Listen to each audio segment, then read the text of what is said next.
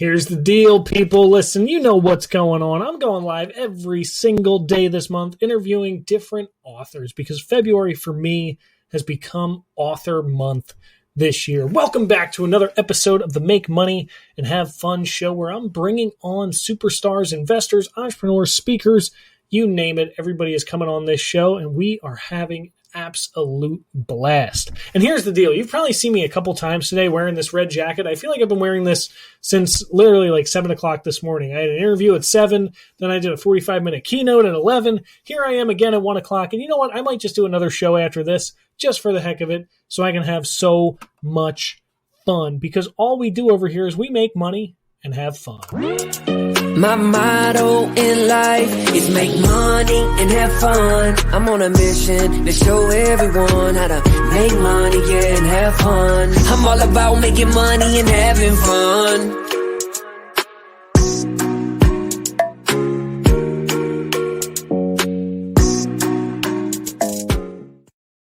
It's okay. You're allowed to dance. You can do it. I love it. All right, so here's the deal. I got a really, really cool, super special guest coming on today.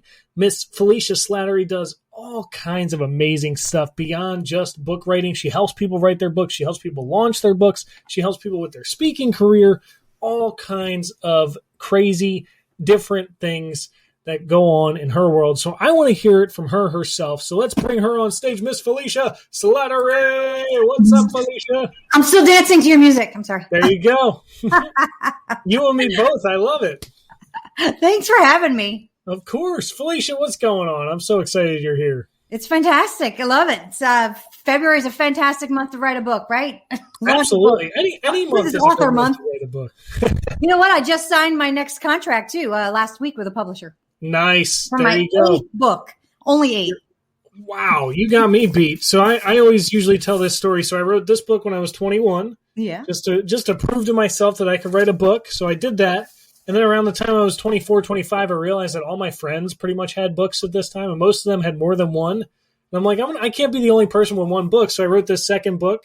Okay. And then I was like, you know what? I gotta outdo most of my friends. I gotta go with a real publishing house and make this a real book. So this spring I got my 3rd book launch coming out, which is going to be super amazing. I'm pumped for that one. That's going to be awesome. Congratulations. That's so cool. Yeah. So, and then I was like, you know what? I got all these author friends. Why don't I just bring them on here and we'll have some fun. We'll chat about life and all kinds of cool stuff that's going on here. So what about you, Felicia? What's going on in your world? Well, like I said, I just signed a contract for my 8th book, which is nice. Pretty exciting. When the world shut down almost a year ago, as a professional speaker, my life and the livelihoods of many of the people that I work with and serve suddenly came to a screeching halt. And the events industry has not yet recovered and is not projected to recover until 2022. Probably the later part of 2022. And so we're starting to see some events, smaller events kind of here and there. But a lot of those are finding like, oh, wait, we can't do it just yet. We got to jump to Zoom. So there's a lot of uncertainty still in the speaker world and the events world. And so, like a lot of people, I kind of, was shell shocked and looked around and was like, wait, what are we doing here? What am I going to do? And initially, at first, I did what I always do. I thought, how can I help my people? How can I help my speakers be successful during this weird, stressful, uncertain time? And I went live a bunch of times. I did some webinars and I taught people everything you need to know to go online as a speaker. And how do you be successful at that? How do you market yourself as that? And then as the days turned into weeks, the weeks turned into months, and the money wasn't there anymore from speaking, right? Like, let's be honest. If there's no events and you make money as a speaker, there's no money coming in from that way. So what do you do? Well, for me, I started to explore my other interests. At one point in my life, when I was very young, I had a choice to make. Was I going to go down the path of communication and professional speaking?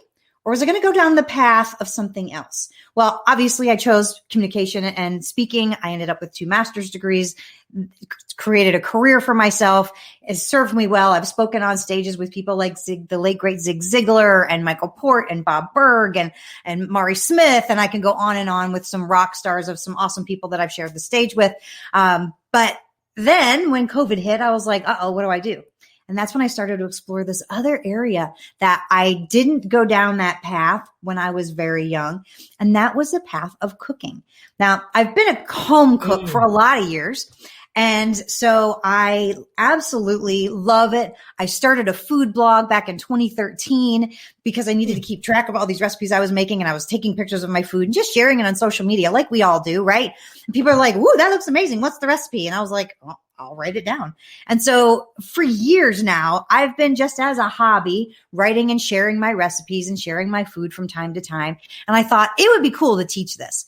And so I found a platform where I could teach cooking online to high school students and I teach to older high school students because I was a college professor at one point in my life teaching, guess what? Public speaking and communication. And so I thought, well, I could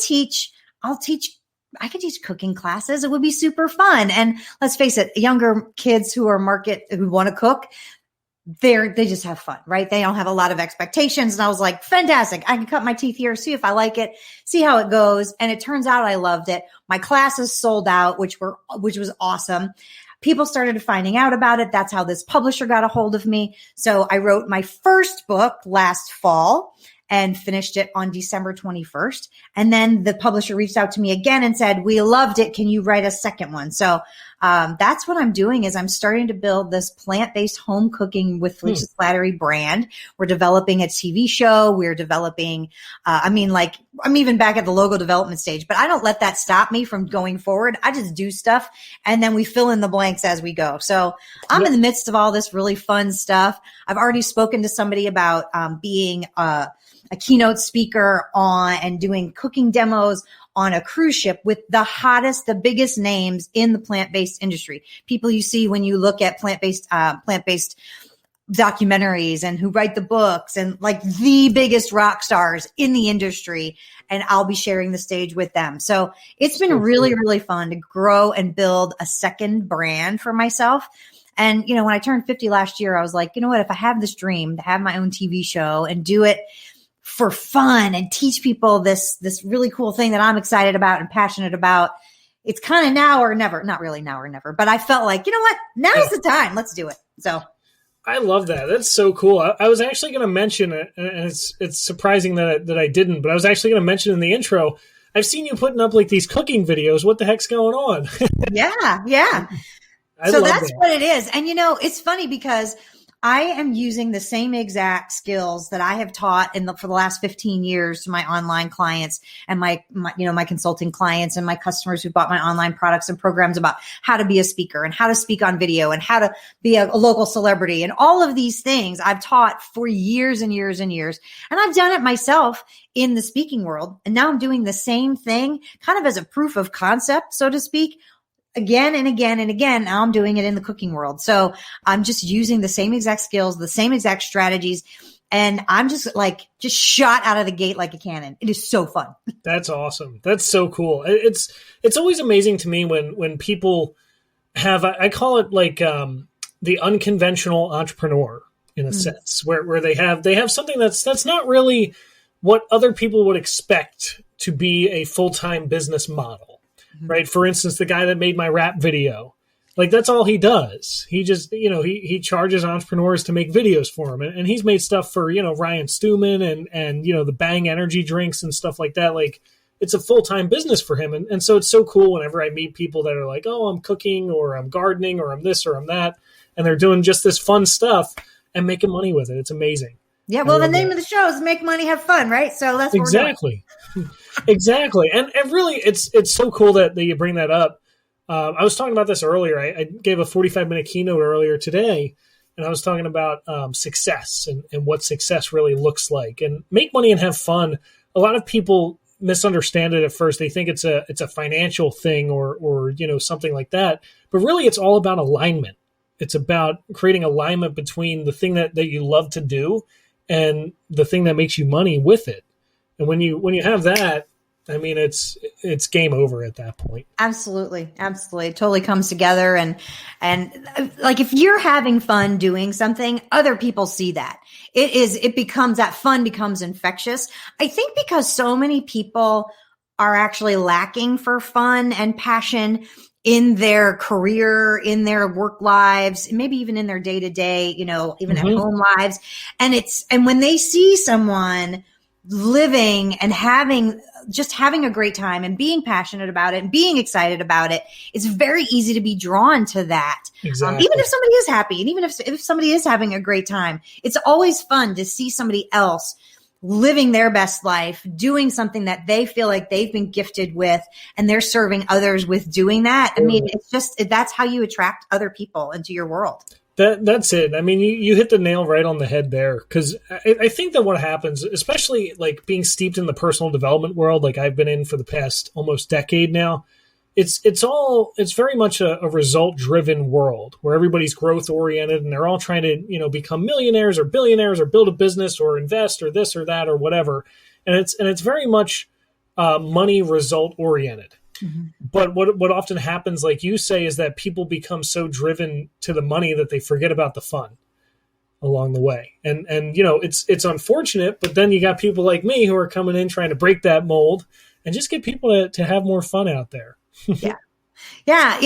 You're so right. I mean, for a long time in my business, when I would see people like, oh, get 6 figures doing blah, blah, blah, 7 figures doing blah, blah, blah, 8, and now 7 figures isn't enough. Now it's 8 figures and 10 figures, like, oh, good and gravy. But, so I've never really bought into any of that, 6, 7, 8, whatever figures. I've been blessed to have a nice business, for my family for many years. And my kids go to private school. We have our dream house, which we got 5 years ago, coming up very soon. And we live in the city that we chose to move to. People were like, wow, why did you pick Knoxville? You were in the Chicago area. Like, what? Have you seen the temperature in Chicago this week? Yeah, that's why we moved. Yes. So, we looked around the country and said, this is where we want to be. People are like, oh, did you get transferred for a job? Nope. We just wanted to move. And so, we like doing the things that you want to do in your life and finding a way to make that happen and meet your financial goals, whatever they happen to be and whatever they look like. That to me is really the secret of, or the definition of success. It's not how many dollars come in, but the dollars that come in, do they help you do the things that you want to do in your life? Are you achieving the things you want to achieve? And maybe the things you want to achieve, like maybe like since it's Authors Month, maybe the thing you want to achieve is writing a book. And I'm actually helping a client right now. She said her first phone call to me was, I don't want to make any money with this. I have family and friends who've been asking me to write a book about my 30 years as a missionary in the former Soviet Union. And I don't know how to do a book. I've written a lot of work. I've written it all. I don't know how to publish it. I don't know how to put it together. I said, I do. and so that's what we're taught. And so for her goal is not, oh, I want to make $1 million or I want to launch a business or not even I want to fund my ministry. It's just, I want to share my story and get my story out there. And for her, seeing her cover come in just yesterday, she was so excited. Like, oh my gosh, this is like it's really happening. This is a real book. I'm like, it's a real book. And so it's like that for her is her definition of success with this. Not, is she going to make a ton of money and, is this going to launch a big thing? No, for her goal is, I want to write this book so that I can share my story with the people who've been asking me and people who that I've served with, that I can send my thoughts and my prayers and my hopes and my experiences of them to them so that they can read it and enjoy it. Like that fits the definition of success. Yes. Yep. Couldn't agree more. So that's it for the show today, everybody. We dropped the mic here. Goodbye. See you later. That's all we need. I'm with it. 100%. I wrote about in my first book about going on a journey, right? Most people focus on the destination, but the longer part of any journey is actually, the commute, the traversing of it. And so if you're having fun along the way, that's what makes it. It's like coming back to like the teachings of Landmark Forum and things like that, where it's just like being present in this moment and making the best of it that you can. And it's that for me is the most fun because it's the process of, kind of sculpting your brain and your mindset And it's also just enjoying, right? It's just fulfillment as you go through it. So I totally love that. Let's keep on this this book topic here since we're in author month.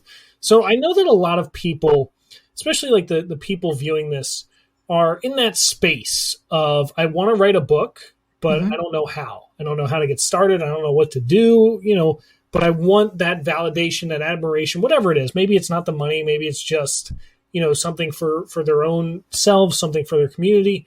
And maybe it is the money, and that's good too. I'm just saying. Exactly. Right. Which is perfectly fine. But I love what you brought up earlier, which is the fact that money is simply a byproduct of value creation.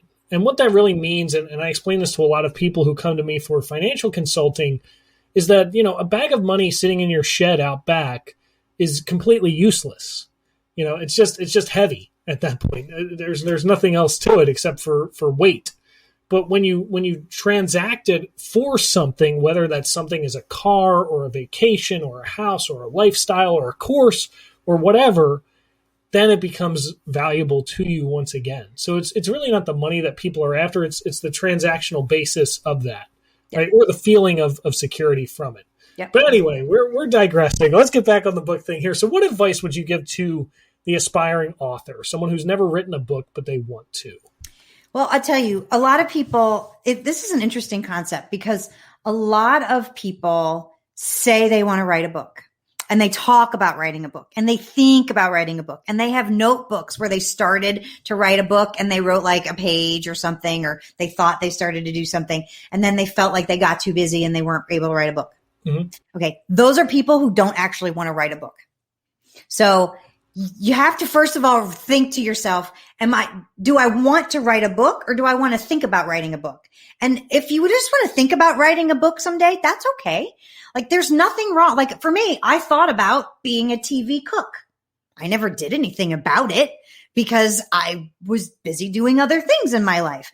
I didn't really want to do it. I wanted to think about doing it. I wanted to keep it as a dream for myself because let's face it, what if I try this thing and I flop?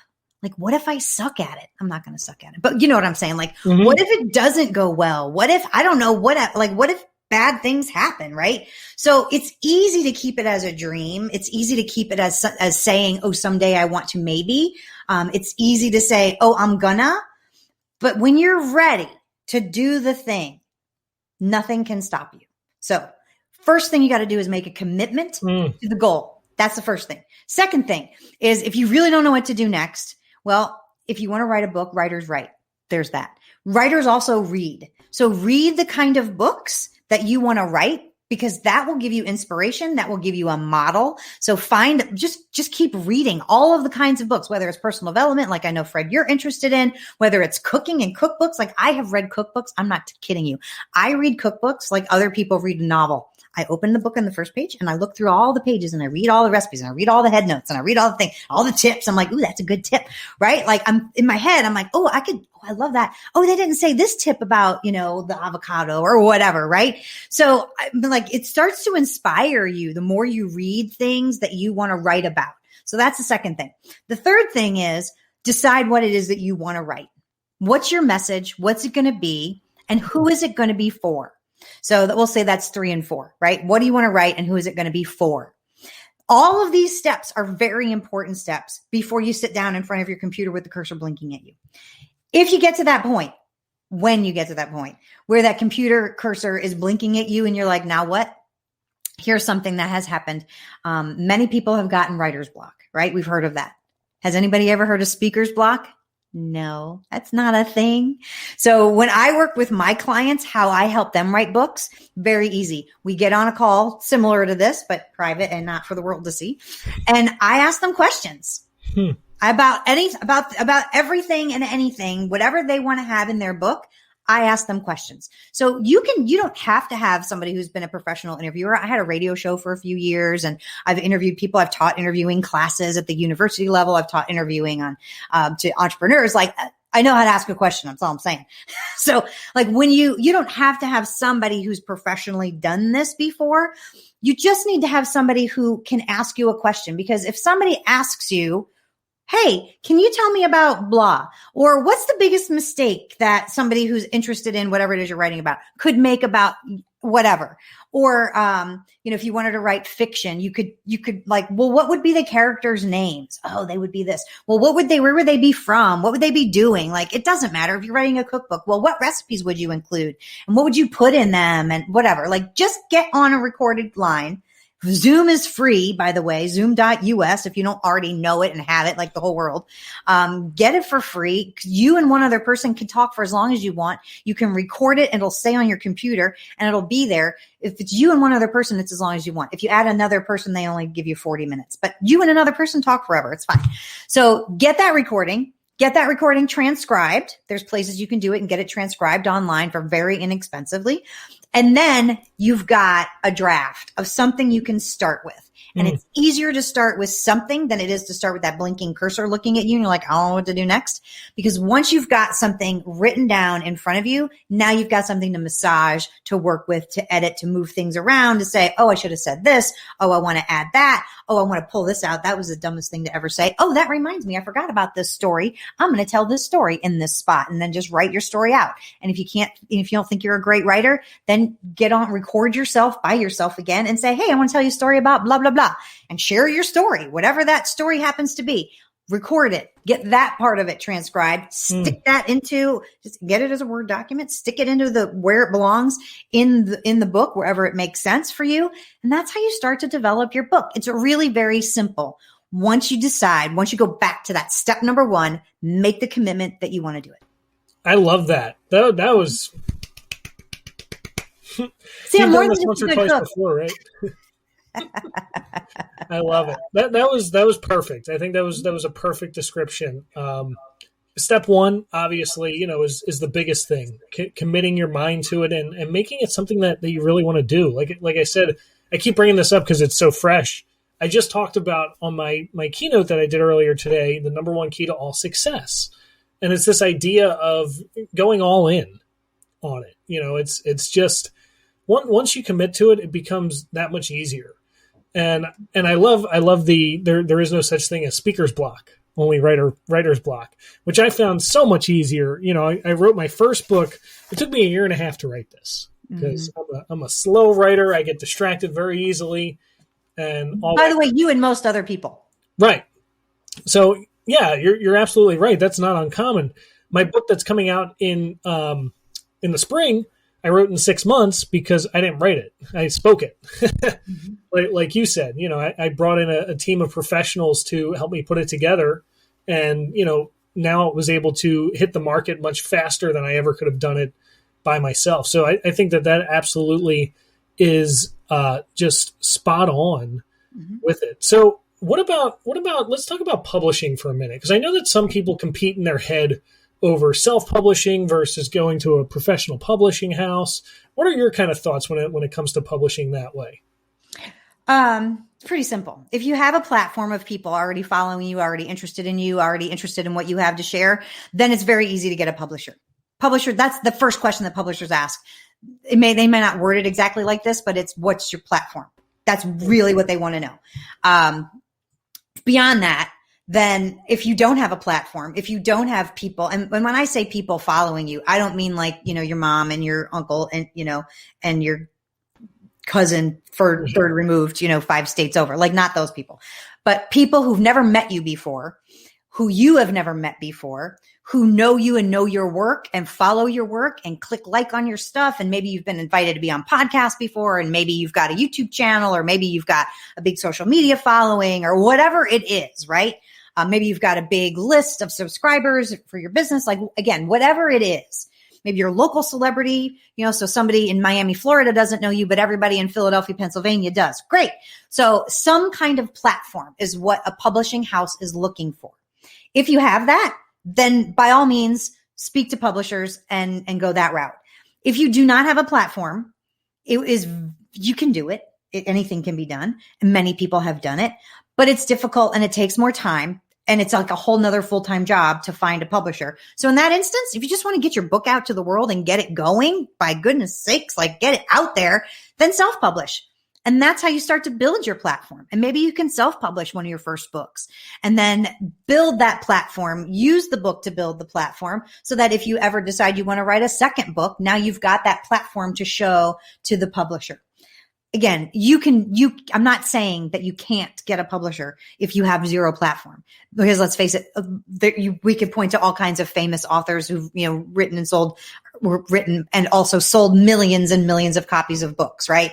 So who had zero platform and found a publisher, and then the publisher, they published the book and they made millions of dollars. So absolutely that can be done. But if you're just sitting at home in your head and you're like, well, gosh, what's my path going to be? Well, if your path is you want people to be holding your book in their hands. This is one of my books. This is just a journal that I did. I did this in 6 days, and this is my own personal journal. I created it because I use it myself. And I needed something to use myself, but this is an actual journal.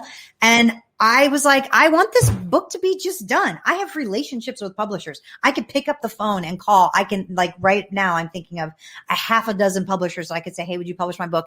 And they would go, okay, when will you have me the manuscript? I mean, like, it's because I've been in that world for so long, and I'm lucky and blessed to have those relationships. But for that book, I was like, I'm just going to publish it myself. And I did. So it's very easy to publish a book on your own. It's a detailed process, but you don't have to have any kind of specialized education. And the truth is, if you have plenty of time to do the research, just go to YouTube. There are videos that will show you every single step of the way what to do. You just have to decide that's how you want to do it. Choose the publishing house that you want to go to. Choose how do you find your book designer for the interior layout? How do you find the designer for the cover layout? What needs to go on the back cover? What needs to go on the front cover? What needs to go inside the book to make it look like it's a real book? The front matter, it's called, by the way. So you need to learn stuff. And sometimes people don't know what they don't know, which is why it pays to work with a consultant who has been down this path. But if you have more time than you have money, the information's out there for free. You just got to spend your time trying to find it. If you've got a few dollars to spend, hire an expert, somebody who knows what they're doing, so you don't have to beat your head up against the wall forever and ever trying to figure it out. Just pay somebody who knows how to do it and get her done. So either way, you can do it. And it's just a lot of fun to get your book out there in the world. Absolutely. I think that's the perfect answer. I've heard pros and cons to both in terms of, whatever, like different, distribution and then, ease of production and then, royalties and money and all those that things. kind of stuff. But, like you said, I think that, figuring out what you want to do with it and what's important to you, and also looking at your network is a huge one. Mm-hmm. And then, just kind of going from there. All right. So we've hit the how to write a book process. We've hit the how to publish a book process. Now, what about after the book is out? I know that a lot of people have different goals when it comes to this, and a lot of people, and I'd like to see your mentality on this, but a lot of people subscribe to the whole, you don't make money off of books idea. You make money off of the thing that comes from the books, whether it be speaking engagements or coaching or masterminds or whatever, that kind of a thing. What kind of opportunities, I guess, would be the best way to ask it. What kind of opportunities would you say come from writing a book and having it published and that kind of stuff? Okay, well, don't tell my publisher or Amazon that sends me royalties every single month that you can't make money from a book. I'm just saying, don't tell them, because maybe they'll stop sending me the money that I make every month from having books. So, which, I love. Mum's the word. Thanks. But no, so really what comes with a book, yes, you can make money from a book. Absolutely. Can you get rich from a book? Yes. The likelihood of getting rich just from the sales of the book on their own, one book, you're getting a little bit, into rare territory. Unless you've got a plan. And then, like you said, you have a back end in place. You have a plan for the book. Where's it going to go? What's it going to point to? But the book can bring you tons of opportunities. So one of the opportunities I think I talked about a little bit earlier is being able to speak on this cruise ship, which again, that'll be 2022. There's, so speaking on this cruise ship with the literal rock stars, the everyday household names of the biggest doctors and authors in the plant-based industry, And what my ticket to make that happen? Having a book. You have to have a book to be able to sell on the ship. That's the ticket to entry. If you've got a book that you can sell, then they'll talk to you. It doesn't guarantee you a spot, but I'm probably going to get a spot. So, I've spoken a few times before and on a few cruises, and I have a few, 100,000 testimonials, whatever. So, but if I didn't have a book, doesn't matter how great I would be on stage, doesn't matter how engaging I am and how fun and how much the audience might love me, I'm not getting a spot on that stage. So having a book, if you want to be a speaker, the world isn't going to always be shut down. The events industry isn't always going to be shut down. Now's the time. Write your book. And because when you're ready to get on stages, when the world is ready to have stages and people in rooms again where we can congregate and see each other and hug each other and shake hands and all the things. Anyway, I digress. But once that all happens, you'll have your book, because I'll tell you, meeting planners are not looking to pay for speakers unless the speakers have a book, because it is so easy to put together a book and publish a book and have it out there. So if you do not have a book, don't even think twice. You will not be, most meeting planners are not hiring speakers without a book. I know this because I talk to meeting planners. I talk to speakers bureaus, and the speakers bureaus that I know personally, the people who run them, have said, I've dropped everyone who doesn't have a book because no event planners want them. So having a book opens the opportunity for you to be on stage if you would like to do that someday. It also opens the opportunity for you to do some direct marketing. Use your book to reach out to higher ticket kinds of clients. If you want to be mentioned in the press, your book helps you get mentioned in the press. If you want to write for some big publications like an Entrepreneur or a Fortune or a Forbes or any of those that pay people, they pay people to write. You don't have to do it for free. You can get paid. If you want to do that, having a book just gives you that upper level, that a step above anyone else who doesn't have a book. So you share your expertise in that book, and that opens so many doors for you. I love that. Perfect. It's so cool, because I've heard it said before that author is the beginning of authority, right? It's the first letters in the word authority. Yep. And it kind of just makes sense, what you're saying.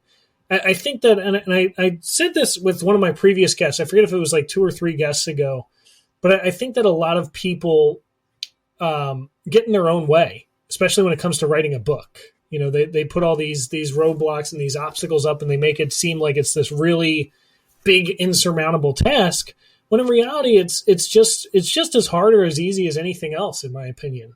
Mm-hmm. And Absolutely. I think that anybody can do it. Anybody should do it. And I think that it's definitely so much fun and so worth it. Yeah, absolutely. I mean, the process may not feel fun when you're sitting in front of your computer and you're like, what do I write next? But it can be. Like, I find myself getting lost in my writing and getting lost in, because if you love what you're writing about and you love your content and you love the people that you're writing the content for, it is easy to love what you're doing and to see those little road bumps and things like, I don't know what the heck size cover it's going to be. I don't know what the trim size is. Like, you run into stuff and you're like, oh, what? I don't know. But it's easy to go, all right, well, I got to figure this out so that I can get to my goal. And that's really, I think what you have to realize is you want to always have your goal in mind. The finish line is down here. What do I have to do to get to that finish line down there? And if there's a hurdle in the way, well, you got to jump over that hurdle. You got to get to that finish line. And so just keep going, keep moving forward every day, move forward and make it happen.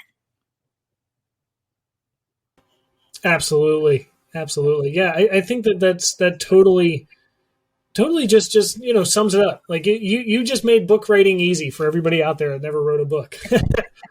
I love it. So Felicia, what's I guess the cooking would, I usually ask what's next for you, but I guess your cooking thing now you're all in on that one. I love all it. In. Yeah.